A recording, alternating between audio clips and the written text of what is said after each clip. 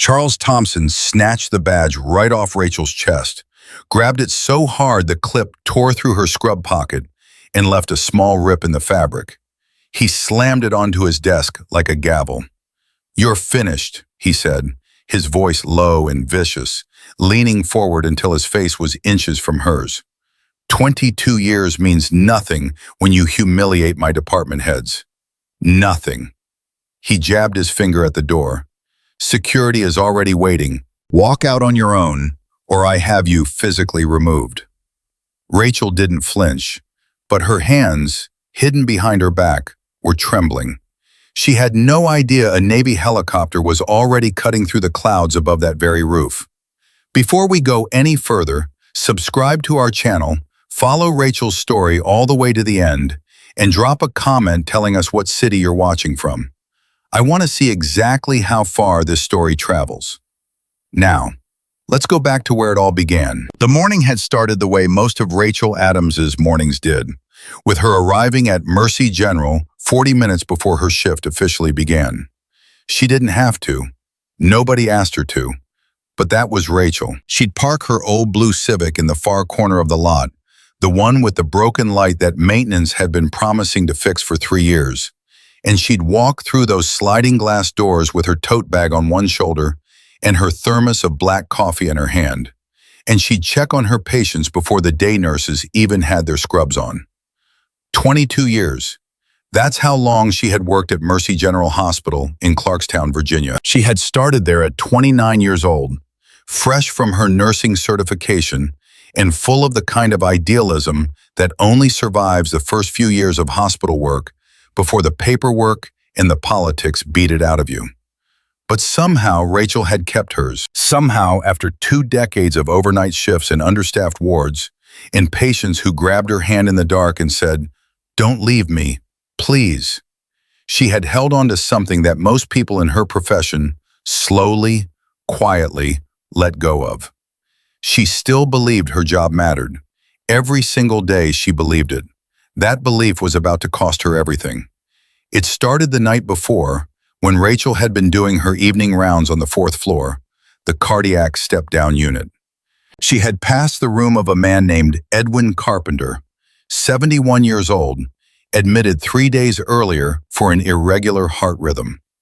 He was a retired school teacher from Roanoke, and he had a habit of keeping a photograph of his late wife tucked under his pillow. Rachel had noticed it on his first day and never said anything, because some things you don't have to say anything about. You just let them be. But that night when she passed his room, something made her stop. It wasn't an alarm. The monitors were steady. His numbers looked fine on paper, the kind of fine that a doctor skimming charts at midnight might not question. But Rachel had been doing this long enough to know that sometimes fine on paper and fine in reality were 2 very different things. She stepped into his room. "Mr. Carpenter?" He was awake, staring at the ceiling. His breathing was slightly off. Not dangerously, not obviously, but there. A shift in pattern. His skin had a faint grayish cast that she didn't like. "Can't sleep," he said. "Me neither," she lied, pulling a chair close to his bedside and sitting down. "Tell me what's going on." "Nothing," he said. Then after a pause, "My chest feels a little heavy, like someone put a book on it."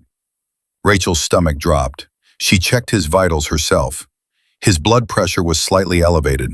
His oxygen saturation was dipping, just marginally, but trending in the wrong direction. She looked at his chart, then looked at him, then made a decision that would define the rest of her week.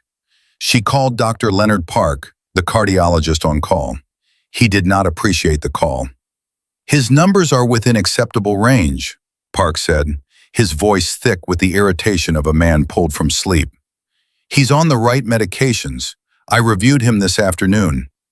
"I understand that, Dr. Park, but he's reporting pressure in his chest and his O2 is trending down. I'd like you to come in and evaluate him." Adams, his voice dropped into that particular register that certain doctors reserved for nurses who they felt were overstepping. "I've been a cardiologist for 19 years. If I thought he needed to be seen tonight, I would have ordered it. I'm not questioning your assessment, she said carefully. I'm telling you what I'm seeing right now, in this room, at this moment. There was a long silence. Keep monitoring him. Call me if anything changes significantly. He hung up. Rachel sat there for a moment with the phone in her hand. Then she looked at Mr. Carpenter, who was watching her with the patient eyes of a man who had lived long enough to understand that sometimes the people trying to help you were fighting battles you couldn't see. He's not coming, Edwin said quietly. Not yet, Rachel said. She stayed in his room for the next 2 hours. At 2:14 in the morning, Edwin Carpenter's oxygen saturation dropped sharply. His blood pressure spiked. He grabbed Rachel's wrist with both hands and said, "Something's wrong.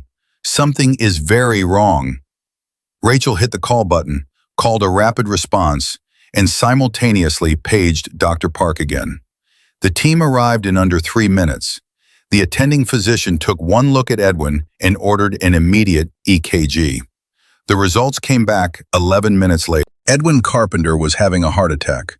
A slow, quiet, sneaky kind of heart attack. The type that doesn't announce itself with crushing chest pain and dramatic collapse. The type that slides in under the radar and kills people in hospital beds while their monitors show acceptable numbers. He was taken to the cardiac catheterization lab at 2:41 a.m. By 3:15, the interventional cardiologist had cleared the blockage. By morning, Edwin Carpenter was stable, sitting up in his bed, asking if someone could bring him a crossword puzzle. Rachel had gone home at 6 a.m., changed clothes, and came back for her next shift at 7. She thought that was the end of it. She had no idea it was only the beginning. Dr. Leonard Park had filed a formal complaint against her before the sun came up. She didn't find out until her charge nurse, Gloria Reyes, pulled her aside in the medication room at 8:30 that morning and whispered, "Rachel, Thompson wants to see you, like right now, and it's not good." Park went to him at 6 in the morning. I heard it from Janet in administration. Rachel looked at her. "Park filed a complaint?" she said. Gloria nodded, her face tight with something between anger and fear. "He's saying you went over his head, that you undermined his authority, that you caused unnecessary panic on the floor." She paused. "Rachel, you need to be careful in there." "I saved a patient's life," Rachel said simply. "I know," Gloria said, "but Thompson doesn't care about that right now." Charles Thompson's office was on the 6th floor, with a window that looked out over the hospital's west parking lot and the hills beyond it. It was a nice office, the kind designed to remind you, the moment you walked in, who held the power in this building. Mahogany desk, leather chairs, framed commendations on the wall, most of them awarded to Thompson himself. Thompson was standing behind his desk when Rachel walked in.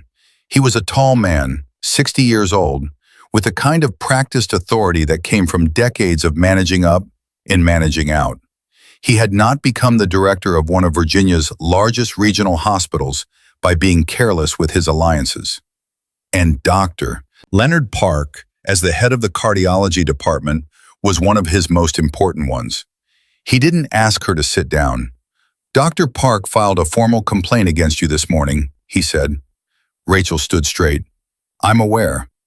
He says you repeatedly contacted him after he made a clinical decision, refused to accept his assessment, and created a disruptive environment on the 4th floor in the middle of the night." "I called him twice," Rachel said. "The second time, I called because my patient's condition was deteriorating. Mr. Carpenter had a myocardial infarction, Director Thompson. He's alive this morning because I didn't walk away." Thompson's jaw tightened. "Rachel, I'm not debating the outcome." "Then what are we debating?" "We're debating the process." He clasped his hands together on the desk. "When a physician makes a decision, that decision stands unless it is overturned by another physician. You are a nurse, a very experienced nurse, and I have never questioned your competence. But you don't have the authority to override a doctor's clinical judgment." Rachel felt something rise in her throat. Not tears, not yet, but something hot and acidic. I didn't override his judgment. I followed protocol. When a patient's condition changes significantly, I am required, ethically and legally required, to escalate. You went around him. I followed the rapid response protocol. Thompson stood up. This is not the first time you've been in this office, Rachel. And that was true. It wasn't. There had been 2 other incidents in the past 3 years, both times when Rachel had escalated concerns about patient care over the objections of physicians. Both times she had been right. Both times the patients had survived because of her. And both times she had been called into this office and told, in various careful ways, that being right wasn't the same as being right in the right way. Do you know what Dr. Park is threatening? Thompson said. I can guess. He's threatening to pull his entire practice group from Mercy General. He let that land. Do you understand what that means? 17 cardiologists, 40% of our cardiac revenue. If they leave, then people in this county will have to drive an hour to get cardiac care, Rachel said. That's what it means. Thompson stared at her. Or, Rachel said quietly, you could tell Dr. Park that his bruised ego is not more important than a patient's life, and we could move on. The silence in that office was absolute. Thompson walked back around his desk. When he sat down, something in his face had shifted. It wasn't anger exactly. It was something colder, more deliberate. I'm terminating your employment, effective immediately, he said. Rachel heard the words. She heard every one of them. But for a moment, they didn't connect. They floated in the air between them, like words in a language she understood perfectly, but couldn't quite believe anyone was actually speaking. Excuse me, she said. Your position here is being eliminated. HR will process your final paycheck. You'll need to surrender your ID badge and access card before you leave the building today. He pressed a button on his phone. I'm going to ask security to accompany you while you collect your personal items. You're firing me, she said it out loud because she needed to hear herself say it. You are firing me for saving a man's life. Thompson didn't answer. He didn't have to. The answer was sitting right there in the room with them, ugly and obvious and dressed up in administrative language. Charles. She hadn't called him by his first name since their first year working together, when they'd still been able to talk like human beings. Mr. Carpenter would have died. He would have died in that bed tonight. A 71-year-old man with a photograph of his dead wife under his pillow would have died alone, in the dark, in a hospital where everyone was too afraid to make a phone call. Thompson's face was a wall. Please turn in your badge on the way out, he said. The walk from Thompson's office to her locker on the second floor was the longest walk Rachel Adams had ever taken. The hallway felt different. The sounds felt different. The beeping of monitors, the squeak of cartwheels, the low murmur of conversation at the nurse's station. Sounds she had heard 10,000 times. Sounds she had stopped noticing years ago suddenly landed on her like something precious and already gone. She was aware of people watching her. She kept her eyes forward. Gloria was waiting outside the locker room door. One look at Rachel's face told her everything. No, Gloria whispered. Yes, Rachel said. He can't, Gloria started. He did. Rachel pushed through the door. Her hands were steady, which surprised her. She pulled open her locker and looked at the things inside. A spare pair of compression socks. A granola bar she'd been saving for a long shift. A photograph of her niece, Maya, taken at her college graduation 2 years ago. A small blue journal where she sometimes wrote down the names of patients who had passed on her shift. A ritual, something that felt important, though she'd never explained it to anyone. She packed it all into her tote bag. She was methodical. She was careful. It was only when she zipped the bag closed that her hands started to shake. Rachel, Gloria said from the doorway, what are you going to do? Rachel looked up at her. For a moment she had no answer, because for the first time in 22 years, she genuinely didn't know what came next. She was 51 years old. She had given this hospital her best years, years that she would never get back, years spent holding hands in the dark and fighting small, invisible battles and catching the things that other people missed. And she had been dismissed from it in the time it takes to drink a cup of coffee. "I'm going to go outside," Rachel said, "and then I'll figure out the rest." The security guard, a young man named Kevin, who she'd known for 4 years, could barely look at her as he walked her to the main entrance. He held the door open. He said, "I'm sorry, Miss Adams," and he sounded like he meant it. Rachel stepped out into the morning. The air was cool. There was a breeze that carried the smell of cut grass from somewhere across the lot.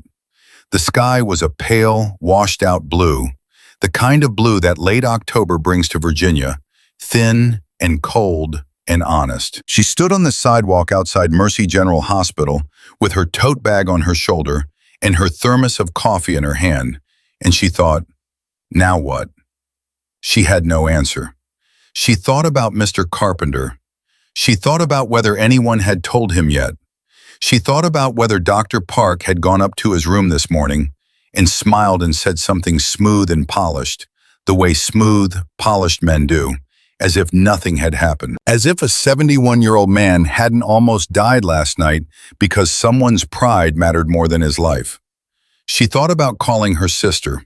She thought about calling her union rep, who was going to tell her she had a case, because she did have a case. Any employment attorney in the state of Virginia would see that. But the thought of a lawsuit, of depositions and hearings, and months of reliving every detail of last night in a conference room somewhere, it made her feel exhausted in a way she couldn't name. She thought about sitting down on the curb and just stopping, just for a minute, just letting herself be a person who didn't know what came next, because she had spent 22 years being a person who always knew exactly what to do. She was still thinking when she heard it. At first, it was just a sound at the edge of things, a low, rhythmic thud that she felt before she consciously heard it. She looked up. The sky above the hospital was empty. The sound grew louder. She turned, scanning the roofline, and then she saw it. A helicopter. Military. The profile was unmistakable. The dark body and the side markings in the specific way military helicopters move, purposeful and direct. Nothing casual about them. It was coming in from the east, dropping altitude fast, heading directly for the roof of Mercy General. People on the sidewalk stopped and looked up. A woman with a stroller pulled it back from the curb instinctively. A man in a business suit shaded his eyes with his hand. Rachel watched the helicopter descend onto the hospital rooftop with the focused, mechanical attention of a woman who had spent the last 60 seconds thinking about the rest of her life and was grateful, if only for a moment, to think about something else. It touched down. The rotors began to slow, and then the rooftop door opened. She watched a figure emerge, not rushing, not running, but moving with the deliberate, unhurried pace of someone who knew exactly where they were going. Military uniform, decorated, someone of rank, someone significant, because you could tell that even from 5 stories below, something about the way a person carries themselves when they're used to people making room for them. The figure reached the edge of the rooftop and looked down. Rachel wasn't sure why, but she didn't move. She stood there on the sidewalk with her tote bag and her thermos and her 22 years of being exactly the kind of nurse she had always meant to be, and she watched. The figure was looking at the entrance, scanning. Then the figure stopped, and somehow in the way that moments sometimes have a gravity that you can feel before you understand it, Rachel knew that whoever that was, they were not here for the hospital. They were here for her.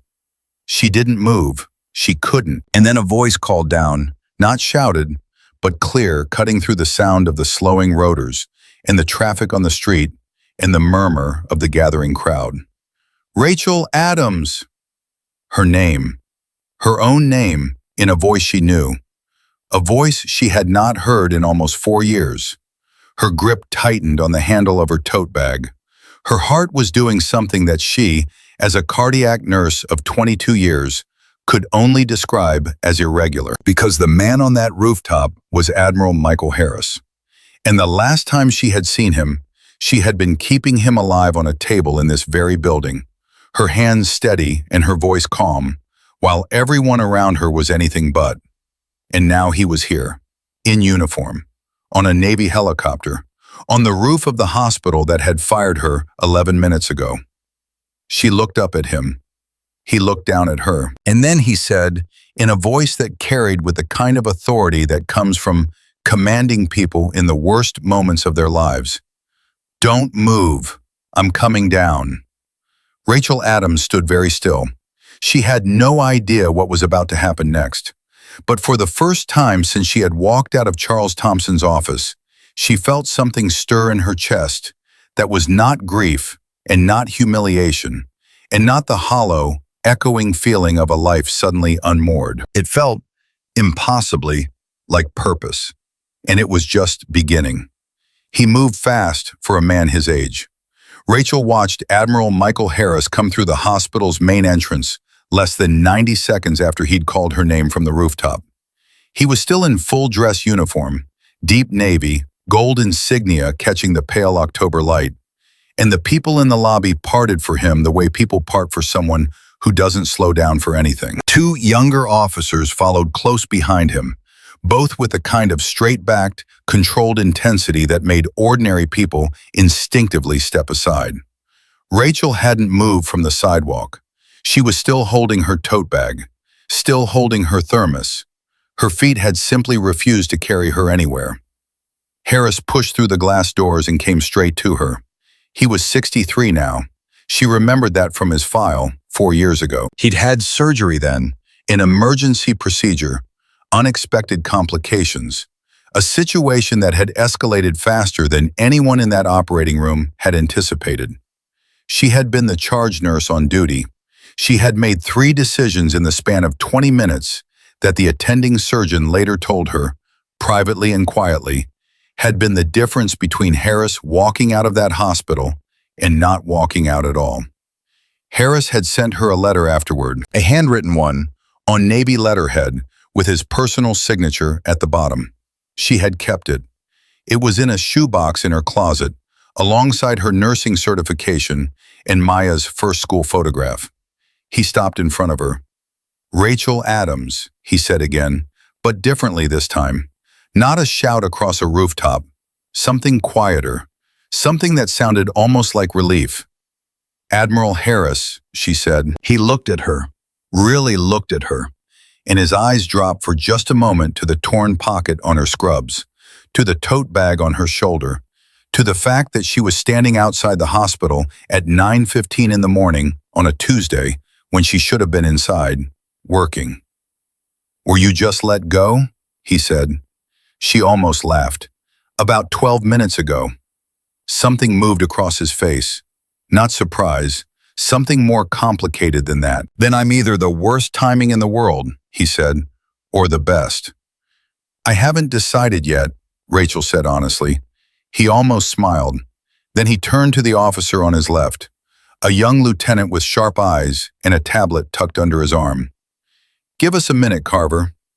Carver nodded and stepped back with the other officer, far enough to be out of earshot, but close enough to respond if needed. Harris turned back to Rachel. "Can we walk?" he said. She gestured at the sidewalk in front of her. "I don't exactly have anywhere to be." They walked. The helicopter was still on the roof. She could hear the last of the rotors winding down above them. Harris spoke first. "I've been looking for you for 6 weeks." Rachel glanced at him. "Looking for me?" "Not personally. I have people for that. But yes, you specifically.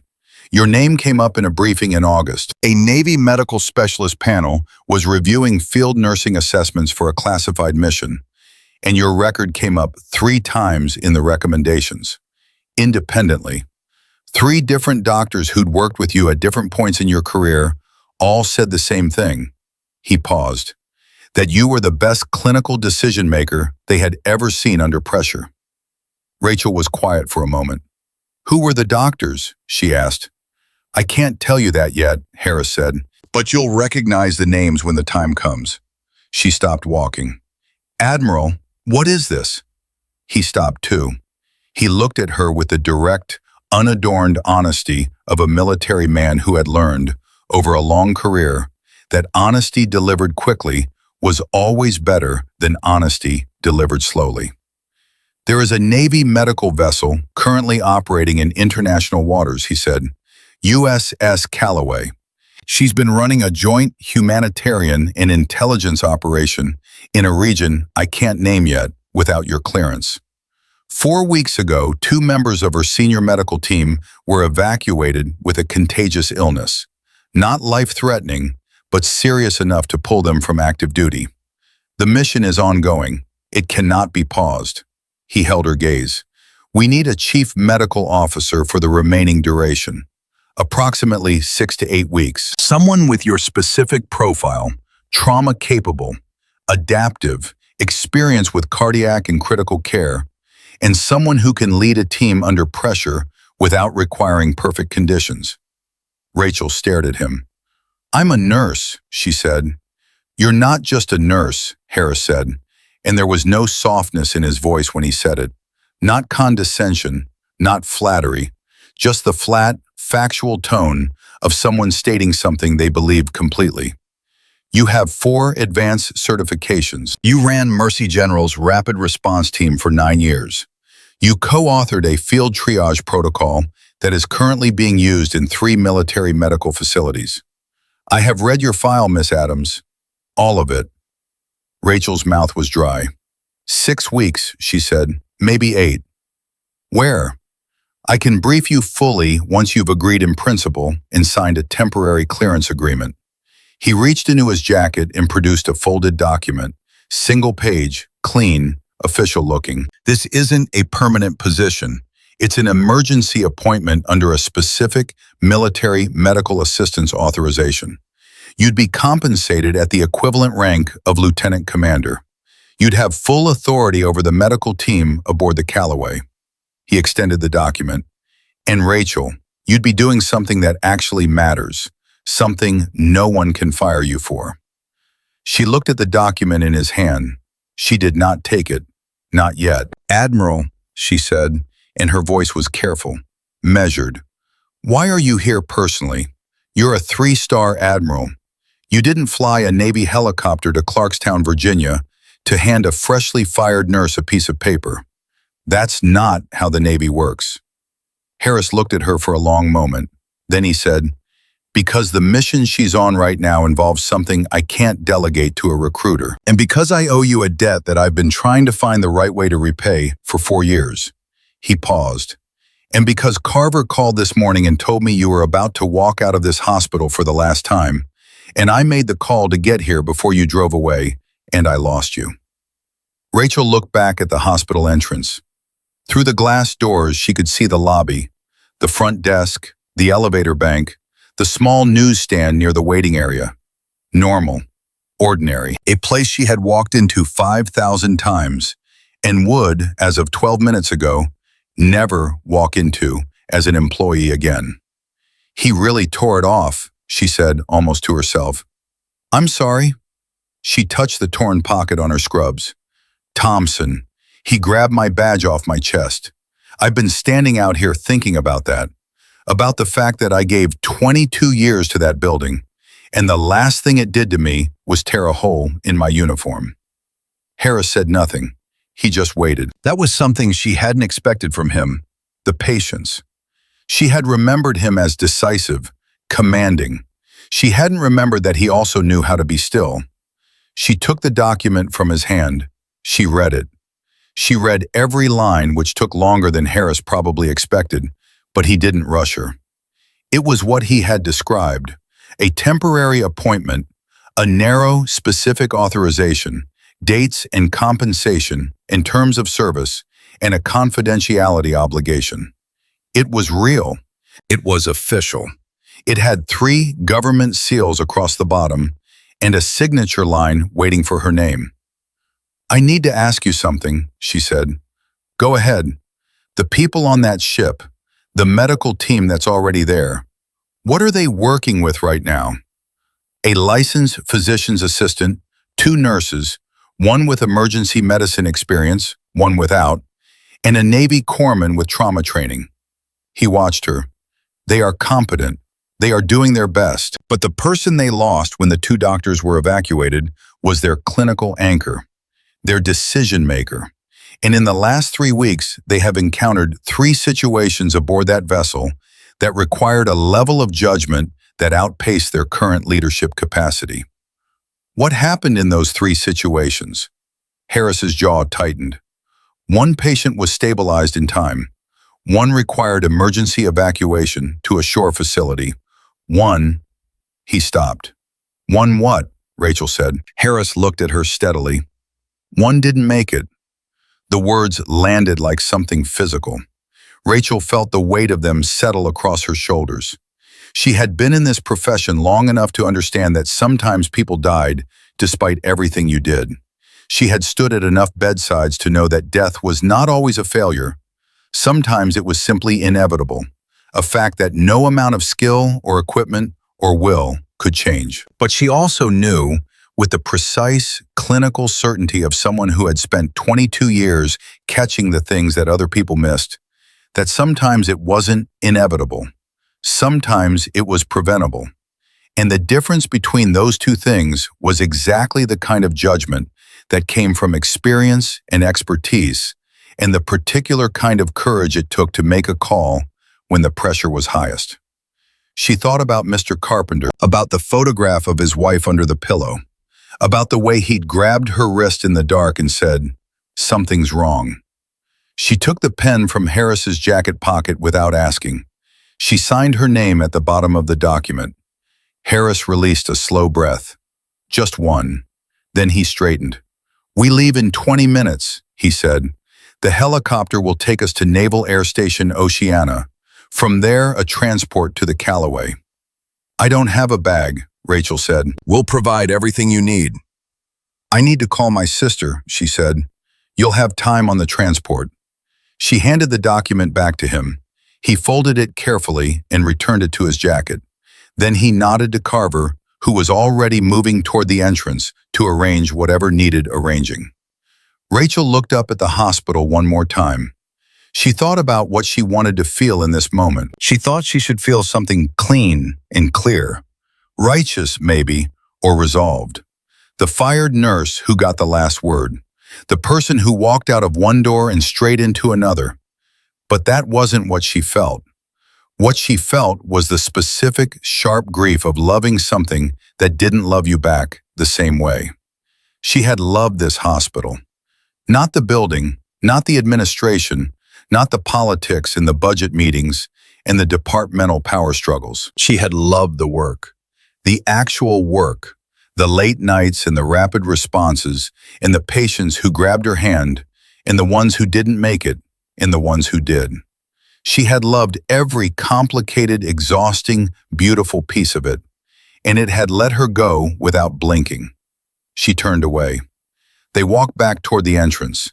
Carver was already on his radio, coordinating something with sharp, clipped efficiency. Harris walked beside her with the steady, unhurried pace of a man who had made difficult decisions so many times that he had learned to inhabit the moments between them without anxiety. "One question," Rachel said as they reached the doors. "One answer," Harris said. "Why now? Why did my name come up in August specifically?" Harris held the door for her. "Because in August the Callaway mission parameters changed. The humanitarian component expanded. We went from treating a population of roughly 40 to a population of over 200. And the conditions," he stopped, reconsidered his phrasing. "The conditions became significantly more complex." "Complex how?" "That's 2 questions," Harris said. She looked at him. "Complex in ways that will require someone who doesn't panic," he said. "That's the most I can tell you before clearance." Rachel nodded. She could accept that. She was, if nothing else, a woman who had learned to function on incomplete information. Every nurse did. You worked with what you had. You made the best call you could. You stayed in the room even when the room was frightening. She was halfway down the hall toward the elevator when she heard someone call her name. She turned. It was Gloria, standing at the edge of the lobby, still in her scrubs, eyes red at the rims, hands pressed flat against her thighs the way she did when she was trying not to cry at work. "I heard the helicopter," Gloria said. Her voice was unsteady. Her eyes moved from Rachel to Harris to the officers behind him, and then back to Rachel. "What is happening?" Rachel crossed the lobby. She stopped in front of Gloria and looked at her. Really looked at her. 16 years they'd worked together. Gloria had been at Rachel's father's funeral. Rachel had been at Gloria's oldest son's wedding.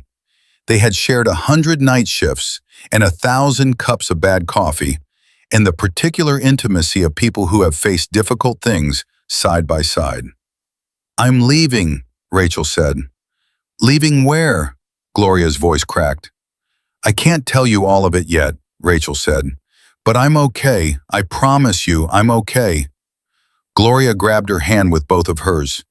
"Rachel, you didn't do anything wrong last night." "I know," Rachel said. "Carpenter asked for you this morning. First thing when he woke up, he asked where you were."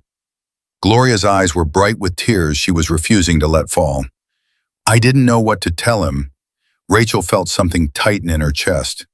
"Tell him I said he should finish his crossword puzzle," she said, "and tell him to keep the photograph." Gloria looked at her, not understanding. Rachel squeezed her hands once, firmly, the way you squeeze someone's hands when there aren't words that fit, and you both know it. Then she let go. She walked back to Harris. She didn't look back. Not because she didn't want to, but because she'd learned, somewhere in her 40s, that some doorways you can only walk through forward. They took the elevator to the roof. When the doors opened, the helicopter was waiting, rotors beginning to spin back up, the 2 crew members already aboard, Carver loading a small kit bag into the side compartment. The sound was enormous. The air moved with it. Harris stepped out first. Then he turned and offered her his hand. Not in the way you offer help to someone who needs it, but in the way you offer it to someone stepping across a threshold that deserves to be marked. Rachel took his hand. She stepped onto the roof of Mercy General Hospital. The wind hit her immediately. Cold, clean, carrying the smell of coming winter. Below, she could see the parking lot. Her blue Civic was in the far corner, under the broken light. She could see a small cluster of people on the sidewalk below, looking up. She thought, "I should have parked closer.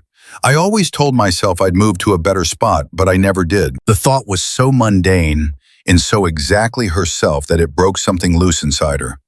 Not grief, not sadness, but something more like recognition. She was still herself. She was still Rachel Adams, 51 years old, who parked in the bad spot and brought her own coffee and stayed in rooms that frightened her. She climbed into the helicopter. Carver handed her a headset. The rotors were at full pitch now, the sound a physical force. Through the headset, Harris's voice came through calm and clear. "There's a briefing packet in the bag at your feet. Redacted, but enough to start." A pause. "How are you doing?" Rachel clipped her seatbelt. She looked out the window at the roof of the hospital, falling away below her as the helicopter lifted. The buildings shrank.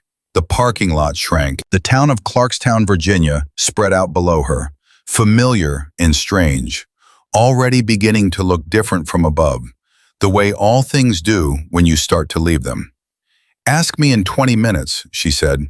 She reached down and unzipped the briefing packet. The first page was a personnel summary. Her summary, compiled, thorough, unnervingly accurate. Every certification, every commendation, every rapid response she'd ever led, annotated with outcomes. The 3 incidents that had brought her to Thompson's office. The complaint from Park, dated this morning, and at the bottom, in a different font, a single line that had been added after the other entries. She could tell by the formatting. It had been added today, very recently. It read, "Clearance rationale. Demonstrated willingness to prioritize patient welfare over institutional pressure. Required characteristic for mission environment." She read it twice. Then she looked out the window at the sky opening up around them, wide and pale and cold, and she thought about what Harris had said, about the patient on the Callaway who hadn't made it, about 200 people in conditions too complex to name without clearance, about someone needing a clinical anchor, a decision maker, someone who didn't panic. She turned to the next page of the briefing packet, and what she read there made her sit completely still for a very long moment. Because the mission, the thing they hadn't told her, the thing that required clearance, the thing that had been too complex to name, was not what she had expected. It was not what anyone would have expected. And it was about to change everything she thought she understood about why she'd been chosen. She looked at Harris across the cabin. He was watching her. He had been watching her since she opened the packet, she realized, waiting to see her face when she reached that page. "You knew," she said. Her voice was very level. "You knew when you came to find me this morning. You knew before Thompson fired me, before the helicopter landed." Harris looked at her steadily. "Yes." "Then tell me the truth," Rachel said. "All of it, right now." And what he said next, in the loud, rattling belly of a Navy helicopter 2,000 feet above Virginia, was the beginning of a truth so much larger than a hospital firing, so much larger than a bruised cardiologist's ego, so much larger than 22 years of dedication dismissed in the time it takes to drink a cup of coffee, that Rachel Adams would later say it was the moment her life actually started. Not the helicopter, not the document she'd signed, not even the look on Gloria's face in the lobby. The moment Harris opened his mouth and told her what was really waiting for her on the USS Callaway. That was the moment, and the story was only beginning to move. Harris leaned forward in his seat, elbows on his knees, and for just a moment he looked less like an admiral and more like a man carrying something very heavy for a very long time. "The Callaway," he said, "is not primarily a humanitarian vessel. That's the cover designation. What she actually is," he paused, chose his next word with the kind of deliberateness that told Rachel this was not a habit of imprecision, but a man who understood that certain words, once said, could not be unsaid. "She's a mobile medical intelligence platform. She operates in regions where conventional military and diplomatic access is restricted. She provides care to civilian populations in conflict-adjacent zones, and in doing so, she collects." Rachel kept her face still. "Collects what?" "Medical data, epidemiological patterns, population health indicators that can tell you, if you know how to read them, what is happening to a civilian population that they cannot or will not report through official channels." His eyes didn't leave hers. "Disease patterns, malnutrition trends, injury profiles that don't match the official narrative of what's supposedly not happening in a given region." She absorbed that. "You're using medicine as intelligence gathering," she said. "Not accusatory, just precise." "We're using medicine as medicine," Harris corrected. "The intelligence is a byproduct of genuine care. Every person on that ship who has been treated has been genuinely treated. There is no deception in the clinical work. What we observe is what we observe." He sat back. "But yes, what the Callaway's medical team sees becomes part of a picture that informs decisions at a level considerably above the medical." Rachel looked out the window. The ground below was a patchwork of autumn fields, Virginia rolling away beneath them toward the coast. "And the situation that changed in August," she said, "the population expanding from 40 to 200. 217 as of last week," Harris said. "Where are they coming from?" Harris looked at her for a long moment. "A region that is officially at peace," he said, "according to 3 different governments and 2 international bodies." "But it isn't," Rachel said. "No," he said, "it is not." The helicopter banked slightly to the east. Carver, in the front compartment, was on his radio, low, steady, the clipped language of military coordination that Rachel couldn't quite parse through the headset noise. "The patient who didn't make it," Rachel said. "What was it?" Harris's expression shifted. Just slightly, just enough. A child, 8 years old, presenting symptoms that look like severe dehydration and malnutrition. That was the initial assessment. What the team missed. He stopped. What did they miss? A secondary infection, septic in origin. By the time the presentation changed enough to trigger the correct diagnosis, the window had closed. He was quiet for a moment. She had been sick for a long time before she reached the ship. Months, probably. The team did not have the experience to recognize a chronic presentation masking an acute crisis. Rachel felt the weight of that particular failure in a way she recognized bone deep. Not because she had made that specific mistake, but because she understood exactly how it happened. How you saw what you were trained to see. How a patient who presented as malnourished looked like a malnourished patient right up until they didn't. Who made the initial assessment? She asked. The PA, Harris said. Bright, hard-working, 3 years of experience. He paused. Not enough. No, Rachel agreed quietly. Not enough for that. They flew in silence for a moment, the kind of silence that isn't uncomfortable. The kind that means two people are thinking about the same serious thing and don't feel the need to fill the space with noise. Rachel turned back to the briefing packet. She flipped past the page that had stopped her, the one she hadn't yet told Harris she understood completely, the one she needed more time to process, and went to the operational summary. Dates, coordinates, partially redacted, personnel manifest, medical supply inventory. She stopped at the inventory. She read it again. Your supply chain is inadequate, she said. Harris looked at her. I know. This inventory, for 200 patients, in a complex clinical environment, this is what you'd bring for a 40-person operation. You haven't scaled. She tapped the page. You have 3 days of broad-spectrum antibiotics for a population this size. Your IV fluid stocks, she did the math quickly in her head. If you have 3 patients in concurrent critical care, you're out of fluids in 36 hours. That is one of the things we need you to fix, Harris said. That's not a clinical fix, she said. That's a logistics fix. That's a procurement fix. That requires someone with authorization to requisition medical supplies through military channels. And that person is you, Harris said, as of the moment you sign that document. She looked at him. Lieutenant Commander equivalent, he said. Medical authority aboard the Callaway is yours. Rachel closed the briefing packet and held it in both hands for a moment. She was not a woman who panicked. She had established this fact about herself through sufficient trial. But there was something happening in her chest right now that was adjacent to panic. Not fear, exactly, but the vertigo of a situation whose edges she could not yet see. You're asking me to walk onto a military vessel in international waters, take command of a medical team I've never met, manage a patient population of over 200 in conditions that are apparently complex enough to cost a child's life, fix a supply chain that is already critically short, and generate medical intelligence for a mission operating under a classified designation, all while being compensated at the rank of lieutenant commander, which I am not, having never served in the military, with 6 to 8 weeks of notice, starting, she looked at him. Starting when exactly? You land on the Callaway tomorrow morning, Harris said. Rachel stared at him.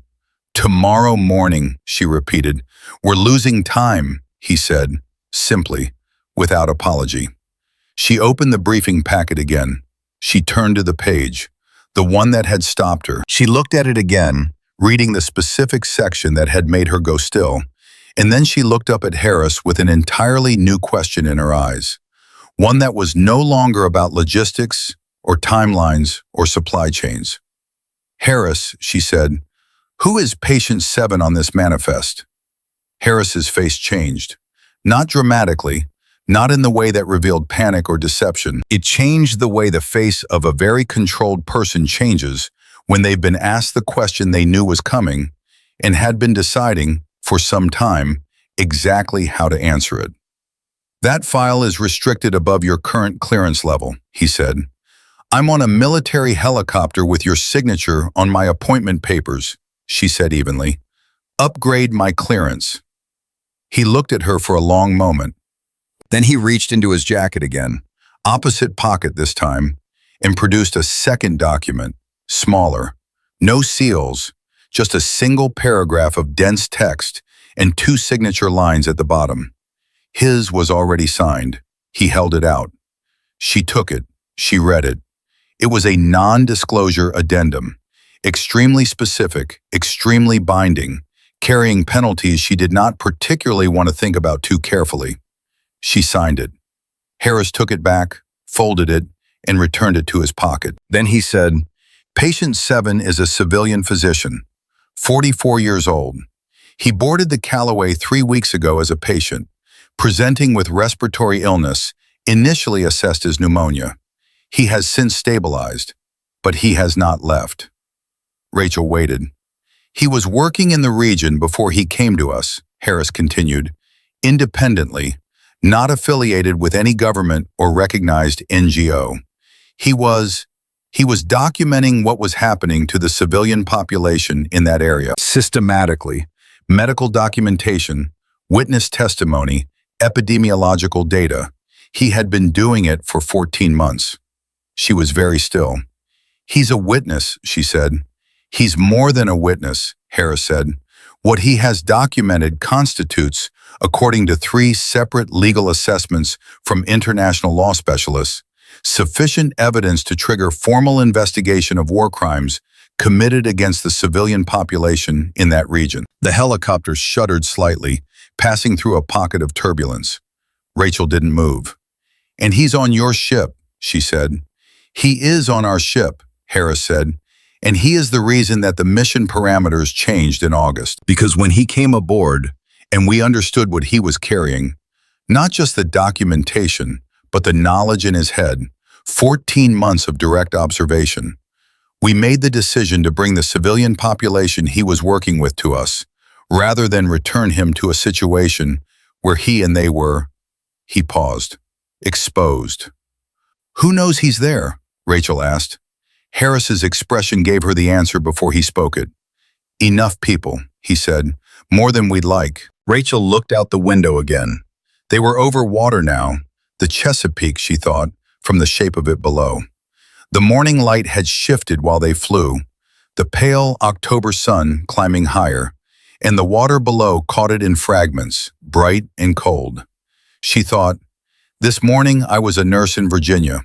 This morning I had a locker with a spare pair of compression socks and a granola bar and a photograph of my niece. This morning the biggest crisis in my life was being fired by a man who cared more about his cardiology department revenue than about a 71-year-old man's heartbeat. And now she was flying over the Chesapeake Bay with classified briefing materials in her lap, a non-disclosure agreement in the possession of a Navy admiral, and knowledge of something that had, in some corridor of power she couldn't yet see, apparently become dangerous enough to require 200 people to be brought onto a military vessel in international waters.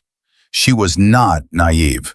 She was 51 years old, and she had spent 22 years watching how institutions behaved when something threatened their interests.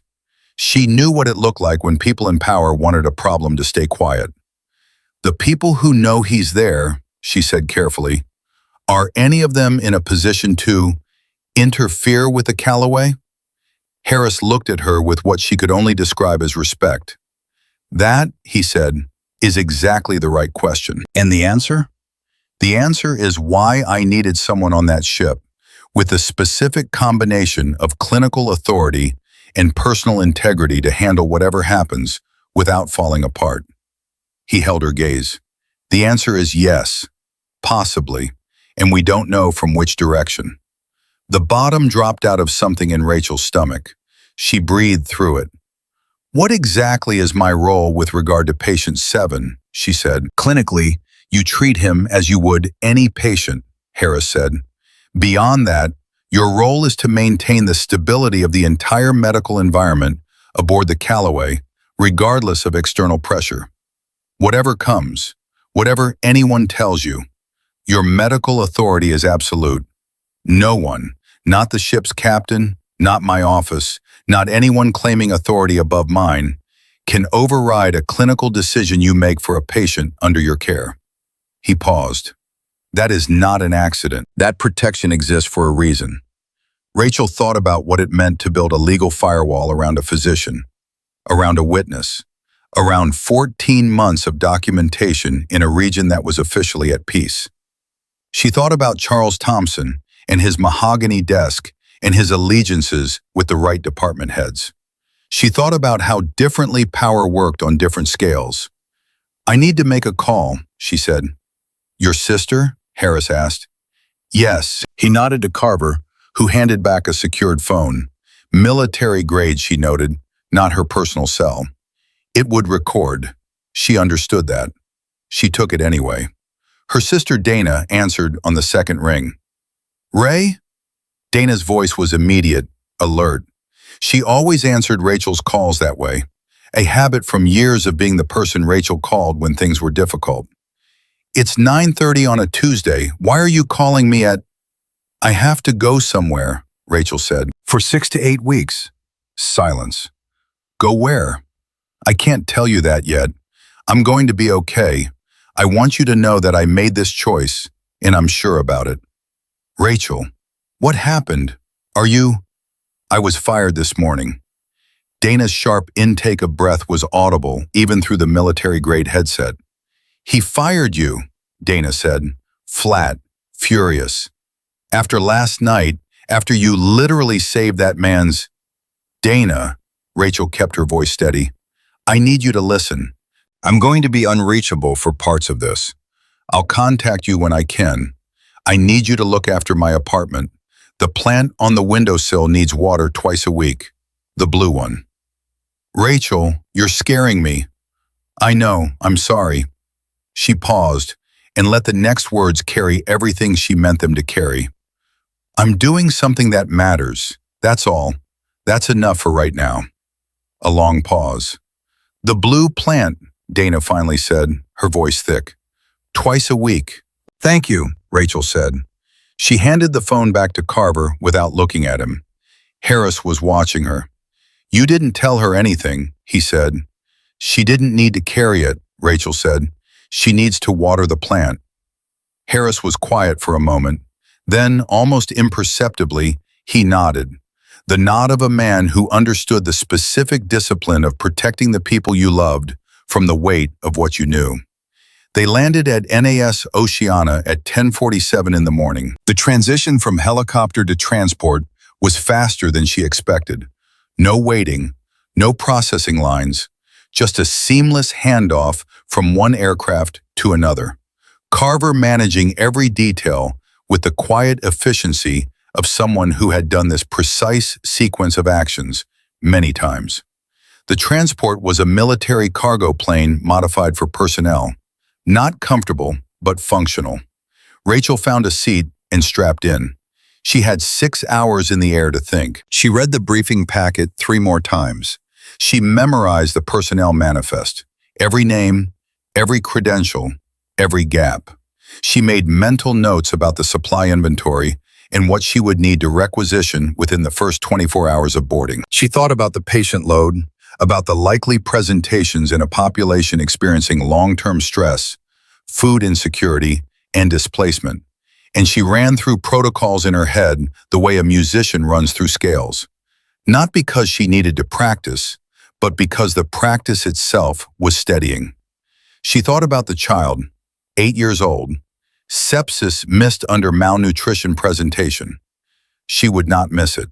She was 3 hours into the flight, most of the other personnel around her asleep or occupied with their own work, when Carver appeared at her elbow and placed a tablet on the fold-down tray in front of her.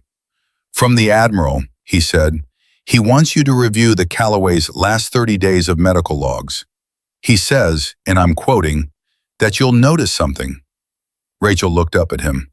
Notice what? Carver had the expression of a man who had been trained not to have expressions. He didn't say. She picked up the tablet. She opened the medical logs.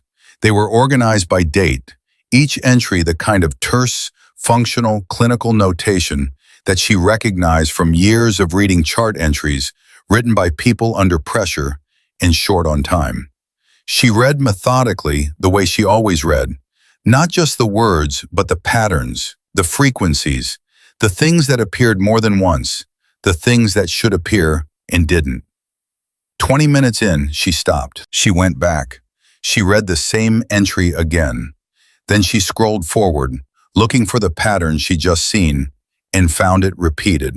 3 times across 3 separate weeks, in 3 different patients. She looked up at the ceiling of the transport plane.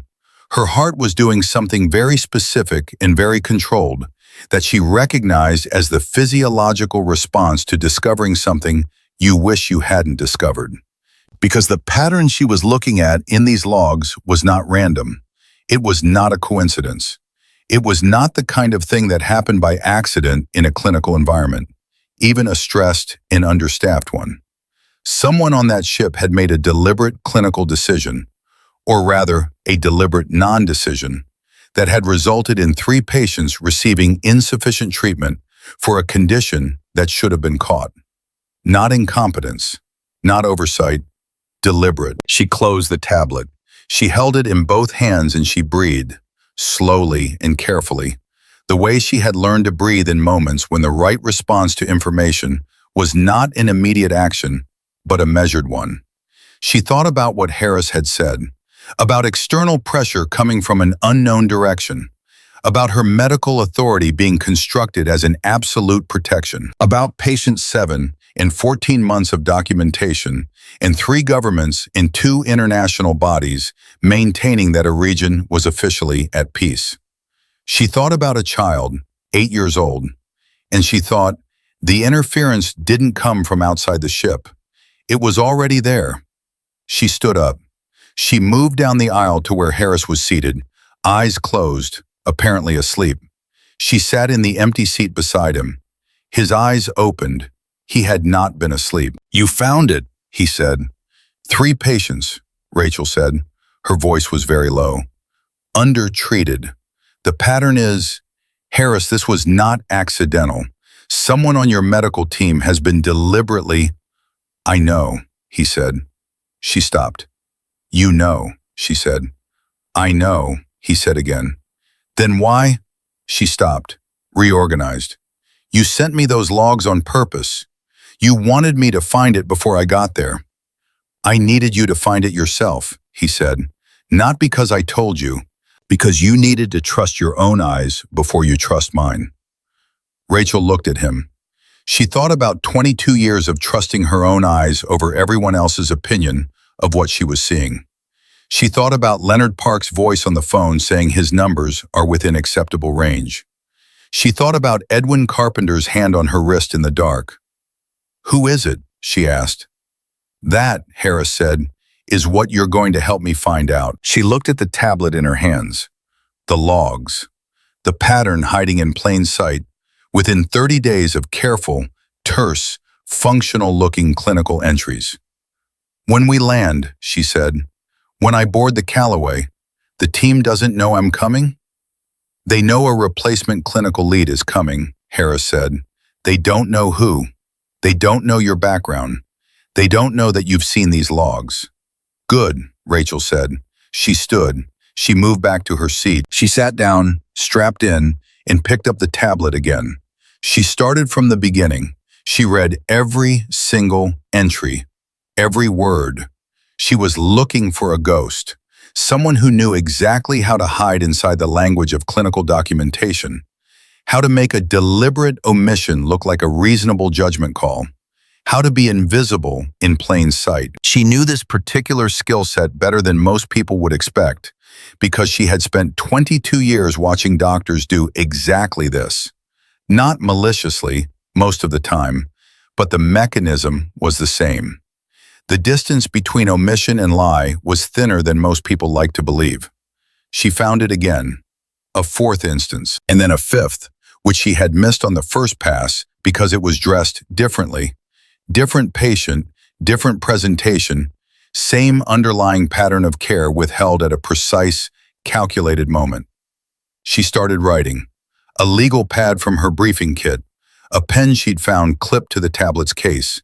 Names, dates, entries, the thread she was pulling on, and where it led. By the time the transport began its descent, she had 6 pages of notes and a picture that was both clearer and more frightening than anything she had expected when she'd signed her name at the bottom of a government document on a sidewalk in Clarkstown, Virginia, 7 hours ago.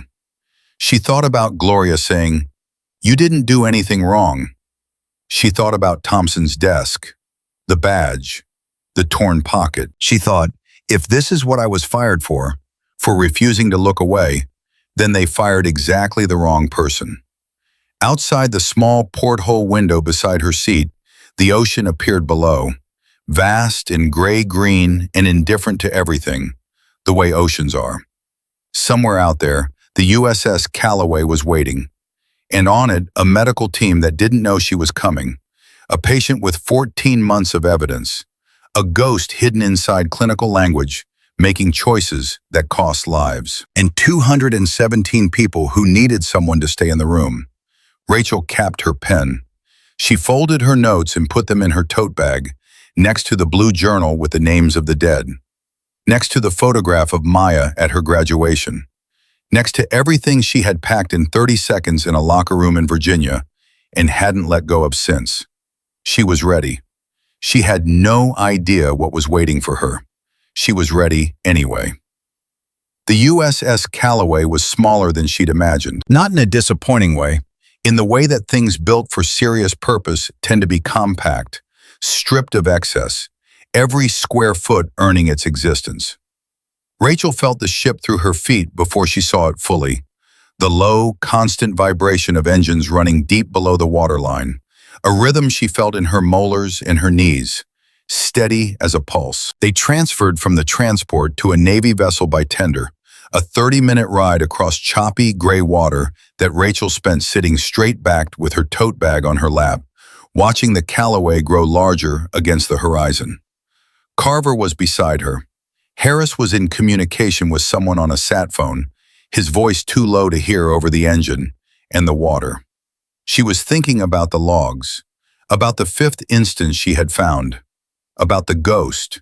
She was also thinking about the fact that in approximately 20 minutes, she would walk onto a ship where someone whose name was in those personnel files, someone she would have to look at directly and work beside, had made deliberate decisions that hurt people, and she would have to do that without letting them know she knew. She had never been a good liar.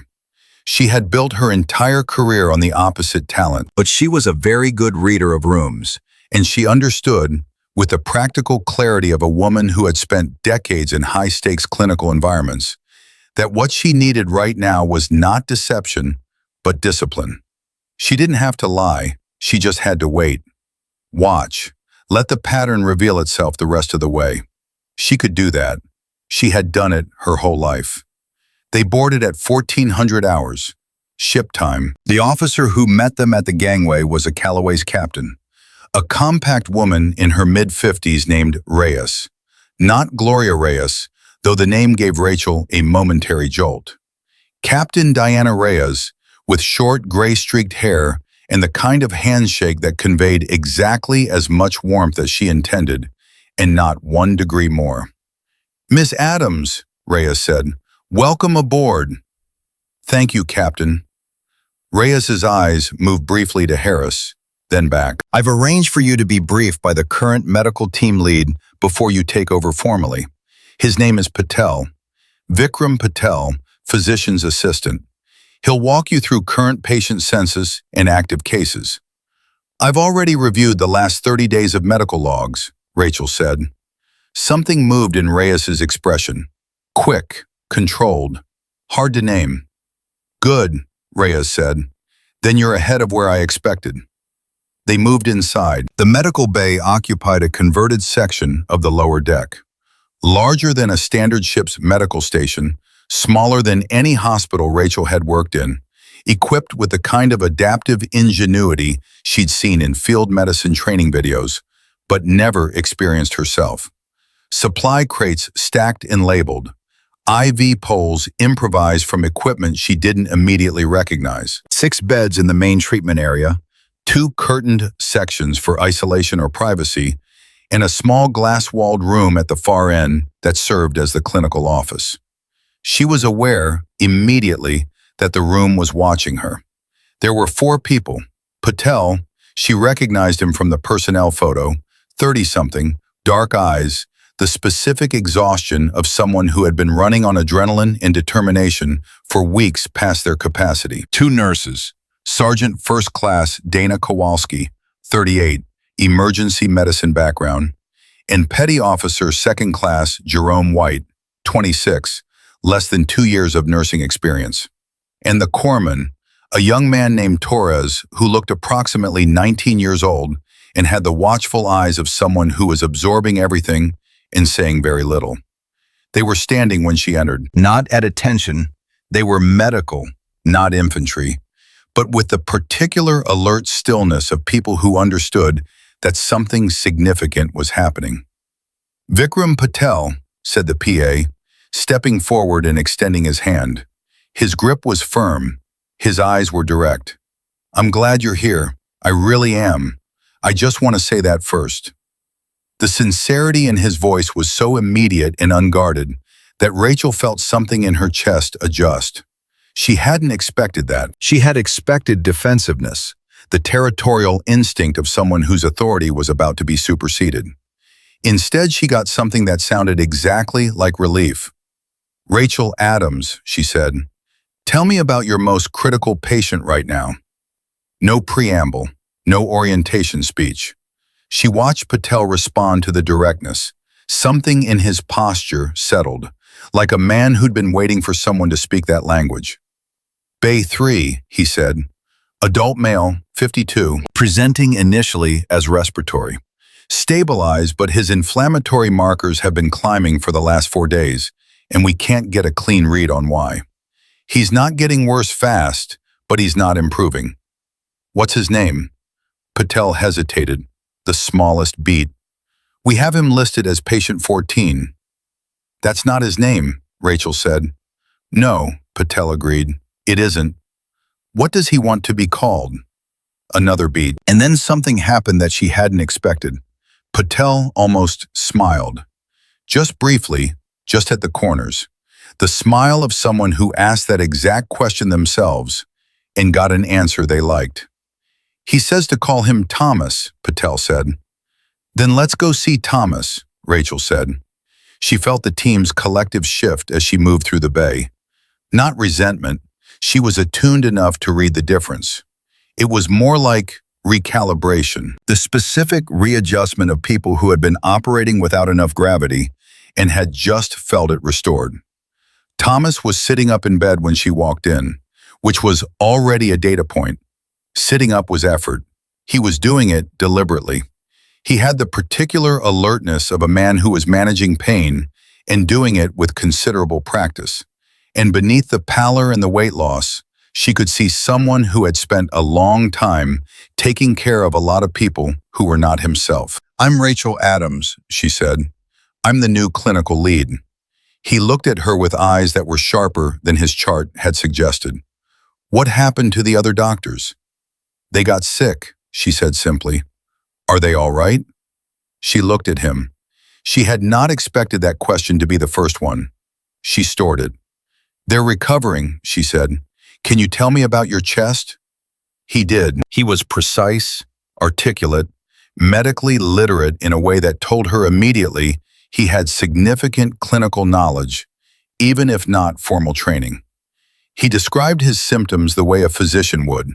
Timeline, quality, associated features, what made it better, what didn't. She listened without writing anything down because she had learned 30 years ago that people told you more when you looked at them than when you looked at your notepad. When he finished, she checked his vitals herself. She reviewed his current medications. She asked him 3 questions that Patel, standing in the doorway, visibly registered as significant, because they were questions that went slightly sideways from the standard respiratory workup, questions aimed at something adjacent that she wasn't ready to name yet. When she stepped back out, she pulled Patel aside. His anti-inflammatory has been dosed at the lower therapeutic range for the last 12 days, she said quietly. I want it adjusted, upward, standard therapeutic dosing for his weight and presentation. Patel frowned. Not dismissively, it was the frown of genuine clinical thinking. Dr. Marsh ordered the lower dose before she was evacuated, said it was due to he has a mild renal consideration. His creatinine is within acceptable range and has been stable, Rachel said. The lower dose is not indicated by his current renal function. It's holding him in a state of managed inflammation without resolving it. Patel looked at the chart. He looked back at her. I'll adjust it, he said. Tonight, Rachel said. Tonight, Patel said. She moved on. She saw 11 patients in the first 2 hours. 11 patients, 11 sets of notes in her head, 11 different pictures that she was building into a larger map of what was happening in this medical bay. Patel was at her side for the first 6, Kowalski for 2 more, White for 3, and she took careful note of how he presented each case, what he chose to lead with, what he omitted, how he responded when she asked questions that went past his initial framing. Torres, the corpsman, appeared and disappeared at the edges of things, always close enough to hear, always occupied with something plausibly legitimate. She let him be. At 16:30, she returned to the clinical office and sat down for the first time since boarding. Patel knocked on the glass. She waved him in. He sat across from her and put his hands flat on the table, which she had already identified as his physical tell for when he was about to say something he'd been holding. The patient you're calling Thomas, he said. Yes. He asked to speak with you, tonight, privately. Patel paused. He asked this about every new clinical person who comes aboard. But tonight, I think you should go. Rachel looked at him. What does he usually ask them? He asks if they're going to be here long enough to matter, Patel said. That's how he phrases it. She held Patel's gaze for a moment. And when you went, she said. Patel was quiet for exactly 2 seconds. He told me things that I've been carrying for 3 weeks and don't know what to do with. Rachel said nothing. She waited. Dr. Marsh, Patel said. Her name arrived in the room with the specific weight of something that had been circling for a while and finally landed. Before she was evacuated, the week before, she and Thomas had a conversation. I don't know what was said, but after it, she changed his medication dose herself, without consulting me. I asked her about it and she said it was a precautionary renal measure, he stopped, looked at the table, which I accepted because she was the physician and I was the PA, and I told myself I was being overly cautious.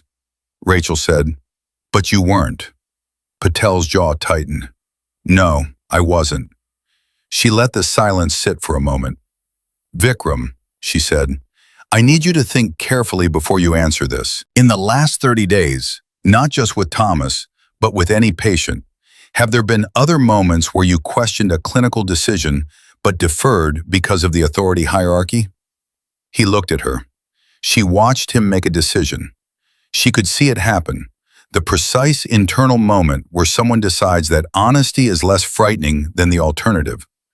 3 times, he said, maybe 4. She nodded slowly. I need you to write them down. Everything you remember. Dates, patients, decisions. The reasoning you were given. Not for a complaint process, for clinical review. She paused. For me. He nodded once. He stood. He was at the door when she said his name. Patel, he turned. You're a good clinician. I can see it already. What happened here was not your failure. He looked at her for a moment, and she recognized that particular expression because she had felt it herself 12 hours ago in a hospital in Virginia when someone said something true to her that she hadn't allowed herself to fully believe. Thank you, he said quietly. He left. Rachel sat in the clinical office alone for 4 minutes. She let herself have those 4 minutes. She thought about the logs, about the pattern, about Dr. Marsh, who was currently in a medical facility on shore, recovering from a respiratory illness that had conveniently removed her from the ship 3 weeks after Thomas had told her something she apparently didn't want to hear. She thought about convenient illnesses. She thought about what it meant when the people who asked the wrong questions had a habit of being removed from the room. She thought about Charles Thompson and Leonard Park, and the way institutions closed ranks around their own interests, and left people like Edwin Carpenter and 8-year-old girls and a physician documenting war crimes to manage on their own. She stood up. She went to see Thomas. He was awake. He was always awake, she suspected, or close to it. The kind of man who had learned to rest without lowering his guard completely because circumstances had demanded it for too long. She sat in the chair beside his bed, not at a clinical distance, but close, the way she sat with patience when what was needed wasn't a procedure, but a conversation. "Are you going to be here long enough to matter?" he said. "I don't know how long I'm going to be here," she said honestly, "but yes." He studied her face. Whatever he was measuring, he seemed to find enough of it. "Marsh changed my medication," he said. "I know. I changed it back tonight." Something in his face shifted. Relief, she thought, though he was working hard to keep it contained. She was frightened, he said, not forgiving, just factual. "Of what you told her?" He looked at the ceiling for a moment. "I told her what I've documented, what I have copies of, in multiple locations, in formats and with people that make it impossible to simply disappear." He paused. "And I told her that the ship I was on had been identified, that certain people knew the Callaway's position, and at least a rough understanding of who was aboard." Rachel went very still. "Certain people," she said. "The government whose activities I've been documenting," Thomas said simply. "They have resources, they have reach, and they have considerable motivation to see that the documentation never reaches the appropriate international channels." "How long have you known the ship was identified?" Rachel asked. 6 weeks, he said. 6 weeks. August. The same month that Harris's briefing said the mission parameters changed. The same month her name had come up in a panel recommendation. "Does Harris know?" she asked. "Harris is the one who told me," Thomas said. She absorbed this. "The patient who didn't make it," she said carefully. "The child." Thomas's face changed completely. The controlled, analytical expression dissolved for just a moment, and in that moment she saw what lived underneath it. Grief so old and practiced it had become structural. "Amara," he said. "Her name was Amara." Rachel held that name for a moment, the way she held all the names she kept, the ones in the blue journal, the ones she carried. "Amara's death," she said. "Do you believe it was—" "I don't know," Thomas said, firmly, deliberately. "I don't know, and I will not say that I know when I don't. That's how I've survived 14 months of documenting things in a region where people make accusations they can't prove and die for it." He met her eyes. "What I know is that her presentation was consistent with what I had seen in dozens of other children in that population, and that I described exactly those symptoms to Dr. Marsh 2 days before Amara came aboard. In detail." The air in the room was very still. "You described the presentation to Marsh," Rachel said, "before Amara arrived." "Yes." "And Marsh was the one who made the initial assessment." "Yes." Rachel sat with that for a long, careful moment.